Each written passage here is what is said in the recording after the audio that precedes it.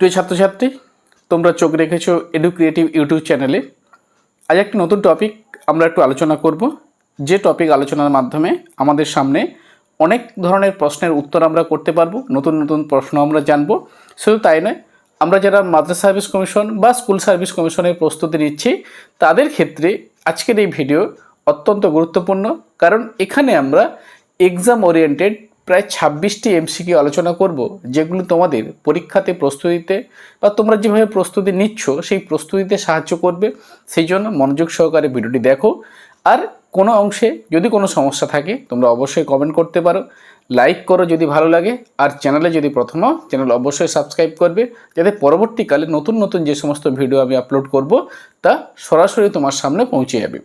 তো আজকে যে টপিক নিয়ে আমরা আলোচনা করব তা হান্টার কমিশনের, যেটি আমরা পড়েছি তার বিষয়বস্তু পড়ে নিয়েছি। এমসিকিউ কিছু প্রশ্ন যেগুলো এক্সাম ওরিয়েন্টেড, পরীক্ষাতে আসার সম্ভাবনা রয়েছে, এই ধরনের কিছু প্রশ্ন তার উত্তর করার চেষ্টা করব। প্রথম যে প্রশ্নটি রয়েছে, ভারতবর্ষের প্রথম শিক্ষা কমিশন হলো Sadler commission, Sargent commission, Radhakrishnan commission, Hunter commission. তাহলে ভারতবর্ষে প্রথম শিক্ষা কমিশন অর্থাৎ কি না, স্বাধীনতার আগে, যদি আরও সহজ করে বলতে গেলে স্বাধীনতার আগে বিভিন্ন কমিটি তৈরি হয়েছে, বিভিন্ন ধরনের শিক্ষা নীতি তৈরি হয়েছে, কিন্তু তৎকালীন সময়ে কমিশন এই প্রথম তৈরি হয়েছিল 1882 খ্রিস্টাব্দে। ডব্লিউ হান্টারের সভাপতিত্বে হান্টার কমিশন তৈরি হয়েছিল। এটিই ছিল গিয়ে প্রথম ভারতীয় শিক্ষা কমিশন। হান্টার কমিশন গঠিত হয় 1882 খ্রিস্টাব্দে 3রা ফেব্রুয়ারি, 1882 খ্রিস্টাব্দে 2রা ফেব্রুয়ারি, 1882 খ্রিস্টাব্দে 21শে ফেব্রুয়ারি, 1882 খ্রিস্টাব্দে 25শে ফেব্রুয়ারি। তাহলে এর সঠিক উত্তর অপশান এ, 1882 খ্রিস্টাব্দে 3রা ফেব্রুয়ারি, এটি হচ্ছে গিয়ে এর সঠিক উত্তর। তিনের দিকে যে প্রশ্ন, হান্টার কমিশন অন্য কী নামে পরিচিত? প্রথম ভারতীয় শিক্ষা কমিশন, কলকাতা বিশ্ববিদ্যালয় কমিশন, বিশ্ববিদ্যালয় শিক্ষা কমিশন না মাধ্যমিক শিক্ষা কমিশন? অর্থাৎ হান্টার কমিশন কী নামে পরিচিত? তাহলে হান্টার কমিশন কিন্তু প্রথম ভারতীয় শিক্ষা কমিশন নামেও পরিচিত। চারের থেকে যে প্রশ্ন, প্রথম ভারতীয় শিক্ষা কমিশন গঠনের নির্দেশ দেন কে? উইলিয়াম হান্টার, স্ট্যানলি হল, লর্ড কার্জন, লর্ড রিপন।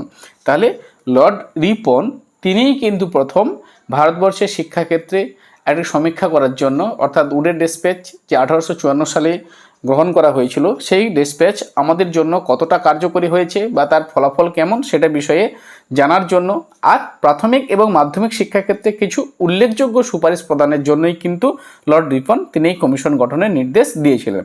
তাহলে সঠিক উত্তর বি, লর্ড রিপন।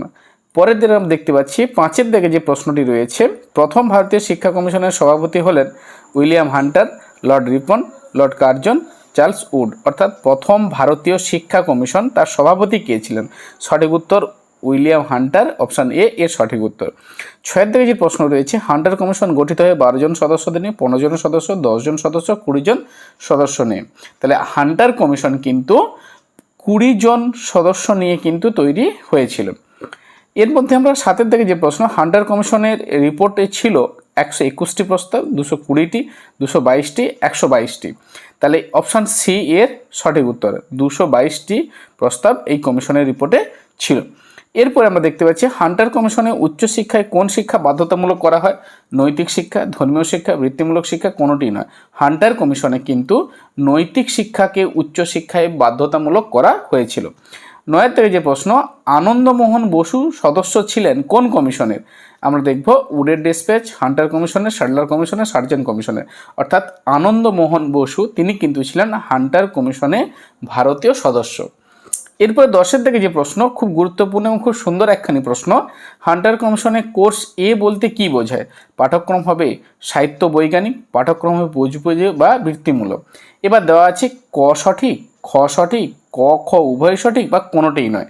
আমাদের 4টি যে অপশান রয়েছে, যার মধ্যে যদি আমরা দেখতে পাই 4টির মধ্যে অপশান এ অর্থাৎ ক কেবলমাত্র সঠিক। কারণ কি না, এ কোর্স বলতে কেবলমাত্র সাহিত্য এবং বিজ্ঞানমূলক বিষয়কে বলা হয়েছে, আর বি কোর্স বলতে উপযোগী বা বৃত্তিমূলক পাঠ্যক্রমের কথা কিন্তু বলা হয়েছে। এরপর আমরা বাকি প্রশ্নগুলো দেখব। 11 থেকে যে প্রশ্নটি রয়েছে, প্রাথমিক শিক্ষার উন্নতির জন্য হান্টার কমিশন পরিচালনার দায়িত্ব ছেড়ে দিলেন পঞ্চায়েত বোর্ড, মিউনিসিপ্যাল বোর্ডের উপর, মিউনিসিপ্যাল বোর্ড বা জেলা বোর্ডের উপর, প্রাথমিক শিক্ষা পর্ষদের উপর, মধ্যশিক্ষা পর্ষদের উপর। এর সঠিক উত্তর কিন্তু মিউনিসিপ্যাল বোর্ড এবং জেলা বোর্ডের উপর কিন্তু প্রাথমিক শিক্ষার উন্নতির জন্য সমস্ত কিছু দায়িত্ব কমিশন কিন্তু ছেড়ে দিয়েছিলেন। 12 থেকে যে প্রশ্ন, হান্টার কমিশনের সুপারিশে মাধ্যমিক শিক্ষার দায়িত্ব দেওয়া হয় মিউনিসিপ্যাল বোর্ডের উপর, জেলা বোর্ডগুলির উপর, বেসরকারি কর্তৃপক্ষের উপর, রাষ্ট্রের নিয়ন্ত্রণের উপর। তাহলে অপশান সি, বেসরকারি কর্তৃপক্ষের উপর হান্টার কমিশন মাধ্যমিক শিক্ষার দায়িত্ব কিন্তু ছেড়ে দিয়েছিলেন। অর্থাৎ কমিশন এটা মনে করেছিল যে পরপর সরকারি ক্ষেত্রে যে সমস্ত সরকারের বোঝা কমাতে হবে, সেই জন্য তারা কী করলো, বেসরকারি প্রতিষ্ঠানের উপর বা বেসরকারি কর্তৃপক্ষের উপরে কিন্তু প্রাথমিক নয় মাধ্যমিক শিক্ষার দায়িত্ব ছেড়ে দিল। 13 থেকে যে প্রশ্ন, হান্টার কমিশন মাধ্যমিক শিক্ষার পাঠ্যক্রমকে ভাগ করেছেন 2টি ভাগে, 3টি ভাগে, 4টি ভাগে, 5টি ভাগে। হান্টার কমিশন মাধ্যমিক শিক্ষার পাঠ্যক্রমকে ভাগ করেছেন 2টি ভাগে। পরে আমরা 14 থেকে যে প্রশ্ন রয়েছে, মাধ্যমিক স্তরে পাঠ্যক্রমে এ কোর্স ও বি কোর্স করার প্রস্তাব রাখে Hunter commission, Sadler commission, Sargent commission, কার্জনের শিক্ষানীতি। সঠিক উত্তর হান্টার কমিশন। হান্টার কমিশন কিন্তু মাধ্যমিক শিক্ষার পাঠ্যক্রমকে 2টি ভাগে ভাগ করেছিল, এ কোর্স, বি কোর্স। এরপরে আমরা 15 থেকে যে প্রশ্নটি রয়েছে, 15তে প্রথম ভারতীয় শিক্ষা কমিশনের মাধ্যমিক পাঠ্যক্রমের এ কোর্সটি হলো বিজ্ঞানধর্মী, সমাজবিজ্ঞানধর্মী, সাহিত্যধর্মী, বিজ্ঞানধর্মী, কারিগরি শিক্ষাধর্মী। তাহলে কি বলছে, এ কোর্সটি কি হবে, সেটা বিজ্ঞান, সমাজবিজ্ঞান, সাহিত্য বিজ্ঞান না কারিগরি? এটি কিন্তু সাহিত্য এবং বিজ্ঞানধর্মী। অর্থাৎ আমরা যদি দেখি তাহলে এ কোর্সের মাধ্যমে কিন্তু ছাত্ররা বিশ্ববিদ্যালয়ে প্রবেশের জন্য যে তত্ত্বমূলক শিক্ষা সেটা কিন্তু বা থিওরিটিক্যাল সেই শিক্ষাটা গ্রহণ করবে। পরে 16 থেকে খুব সুন্দর একখানি প্রশ্ন, হান্টার কমিশনের সুপারিশে শিক্ষার্থীরা কোন ক্লাসের পর থেকে তাদের পছন্দের বিষয় গ্রহণ করবে? 10ম শ্রেণীর পর, একাদশ শ্রেণীর পর, দ্বাদশ শ্রেণীর পর আর অষ্টম শ্রেণীর পর। দেখো এখানে কিন্তু সঠিক উত্তর হবে অষ্টম শ্রেণীর পর। অষ্টম শ্রেণী পর্যন্ত তারা সাধারণ শিক্ষা লাভ করার পর ছাত্রছাত্রীরা নিজেদের ইচ্ছা অনুযায়ী এ কোর্স অথবা বি কোর্স বেছে নিতে পারবে, সেই জন্য সঠিক উত্তর হবে অষ্টম শ্রেণীর পর। 17 দাগে স্কুল বসবার ও ছুটির কোনো সাধারণ নিয়ম থাকবে না, এটি সুপারিশ করেছিল Sadler commission, Sargent commission, Hunter commission, কার্জনের শিক্ষানীতি। তাহলে স্কুল বসবার এবং ছুটির কোনো সাধারণ নিয়ম থাকবে না, এটি কিন্তু সুপারিশ করা হয়েছিল হান্টার কমিশনের উপর।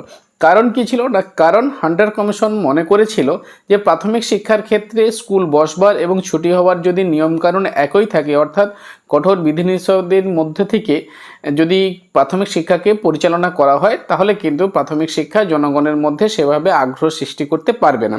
তাই বেশি সংখ্যক জনগণ যাতে প্রাথমিক শিক্ষায় অংশগ্রহণ করতে পারে, সেই জন্য কিন্তু নিয়মে একটু শিথিল আনা হয়েছিল। এরপরে 18 থেকে যে প্রশ্নটি রয়েছে, হান্টার কমিশনের সুপারিশে প্রাথমিক শিক্ষার ব্যয় নির্বাহের জন্য প্রাদেশিক সরকার মোট ব্যয়ের 1/3 বহন করবে, 2/3 বহন করবে, 1/4 বহন করবে, অর্ধেক বহন করবে। তাহলে কমিশন কিন্তু বলেছিল যে প্রাদেশিক সরকার 30% বহন করবে, অর্থাৎ 30% যদি বহন করে তাহলে আমরা কি দেখতে পাচ্ছি, 1/3 পড়ছে, অর্থাৎ অপশান এ এর সঠিক উত্তর। 19 থেকে যে হান্টার কমিশনের সুপারিশ কত সালে সরকারের কাছে পেশ করে? 1882, 1880, 1881, 1883। তাহলে সঠিক উত্তর অপশান ডি, 1883 খ্রিস্টাব্দে হান্টার কমিশন সরকারের কাছে তাদের রিপোর্ট পেশ করেন। 20 থেকে যে প্রশ্ন, হান্টার কমিশন গঠিত হয়ে কতজন ভারতীয় সদস্য নেয়? 12 জন, 9 জন, 7 জন, 15 জন। হান্টার কমিশন কিন্তু 7 জন ভারতীয় সদস্য নিয়ে গঠিত হয়েছিল। 21 থেকে যে প্রশ্নটি রয়েছে, প্রথম ভারতীয় শিক্ষা কমিশনের সদস্য ছিলেন এ জিতেন্দ্র মোহন ঠাকুর, আচ্ছা যতীন্দ্র হবে, এটা জিতেন্দ্র হয়ে গেছে, তোমরা একটু বানানটা ঠিক করে নেবে, এটা যতীন্দ্র মোহন ঠাকুর, যতীন্দ্র মোহন রায়, যতীন্দ্র মোহন বাগচি, যতীন্দ্র মোহন বসু। তাহলে 4টে অপশানের মধ্যে সঠিক, অর্থাৎ সঠিক উত্তর হচ্ছে গিয়ে অপশান এ, যতীন্দ্র মোহন ঠাকুর, এটি হচ্ছে গিয়ে সঠিক উত্তর অপশান এ। এরপর আমরা বাকি প্রশ্নগুলো দেখব। দেখো 22 থেকে একটি সুন্দর প্রশ্ন, হান্টার কমিশন গঠিত হয় মূলত কি কারণে? 1. উডের ডিসপ্যাচে ঘোষিত শিক্ষানীতির বাস্তবায়ন অধ্যয়ন করার জন্য, মেকলে ঘোষিত শিক্ষানীতির বাস্তবায়ন ও ফলাফল অধ্যয়ন করার জন্য, কার্জনের ঘোষিত শিক্ষানীতির বাস্তবায়ন ও ফলাফল অধ্যয়ন করার জন্য, উড বোর্ডের ঘোষিত শিক্ষানীতির বাস্তবায়ন ও ফলাফল অধ্যয়ন করার জন্য। হান্টার কমিশন কিন্তু মূলত গঠিত হয়েছিল 1854 খ্রিস্টাব্দে যে উডের ডিসপ্যাচ তৈরি হয়েছিল বা উডের ডিসপ্যাচের মূল শিক্ষানীতি সেটা কতটা বাস্তবায়িত হয়েছিল সেই সম্পর্কে বিস্তারিতভাবে আলাপ আলোচনার জন্য এবং প্রাথমিক মাধ্যমিক শিক্ষা সম্পর্কে গুরুত্বপূর্ণ কিছু সুপারিশ প্রদানের জন্যই কিন্তু হান্টার কমিশন গঠিত হয়েছিল। তাহলে অপশান এ এর সঠিক উত্তর। 23 থেকে যে প্রশ্ন আমরা দেখতে পাচ্ছি, এই কমিশনে খ্রিস্টান মিশনারিদের প্রতিনিধি ছিলেন doctor Miller, doctor Mills, doctor Stuart, doctor Hunt. তাহলে সঠিক উত্তর অপশান এ, ডক্টর মিলার, তিনি কিন্তু খ্রিস্টান মিশনারিদের প্রতিনিধি ছিলেন। 24-এর দিকে নিচের কোনটি সঠিক? হান্টার কমিশনের সুপারিশগুলি ছিল মূলত প্রাথমিক ও মাধ্যমিক শিক্ষাকে কেন্দ্র করে। প্রাথমিক মাধ্যমিক শিক্ষা উভয়ই স্থানীয় সংস্থাগুলির দ্বারা পরিচালিত হবে। ক সঠিক, খ সঠিক, ক খ উভয়ই সঠিক, কোনোটিই নয়। তাহলে হান্টার কমিশনে যে দুটো সুপারিশ এখানে দেওয়া আছে, কোনটা সঠিক দুটো উক্তির মধ্যে?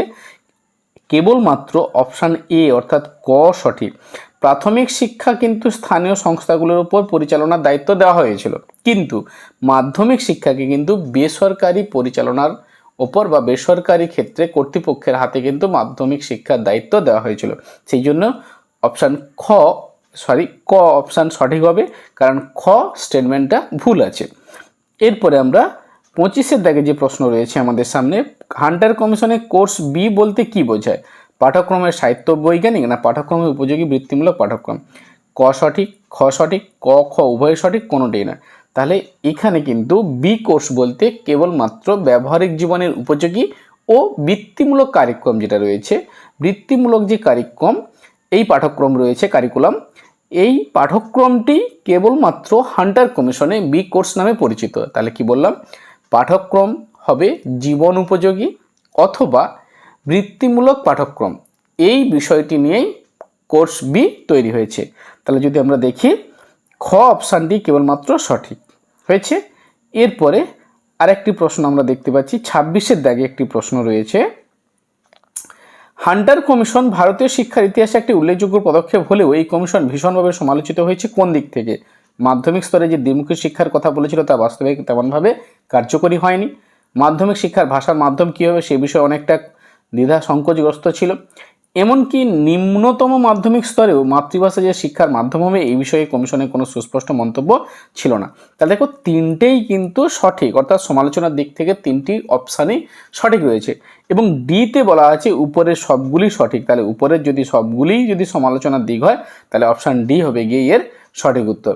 আশা করি এই 26টি প্রশ্ন যেটাগুলো আমরা আলোচনা করলাম সেগুলো তোমাদের প্রস্তুতিতে সহযোগিতা করবে, অনেক সাহায্য করবে তোমাদের প্রস্তুতি ভালোভাবে নেওয়ার জন্য। ভালো লাগলে অবশ্যই লাইক করো, কমেন্ট করো, বন্ধুদের মধ্যে শেয়ার করো, আর চ্যানেলে প্রথম হলে চ্যানেল সাবস্ক্রাইব করো। ভালো থেকো, খুব ভালো করে পড়তে থাকো।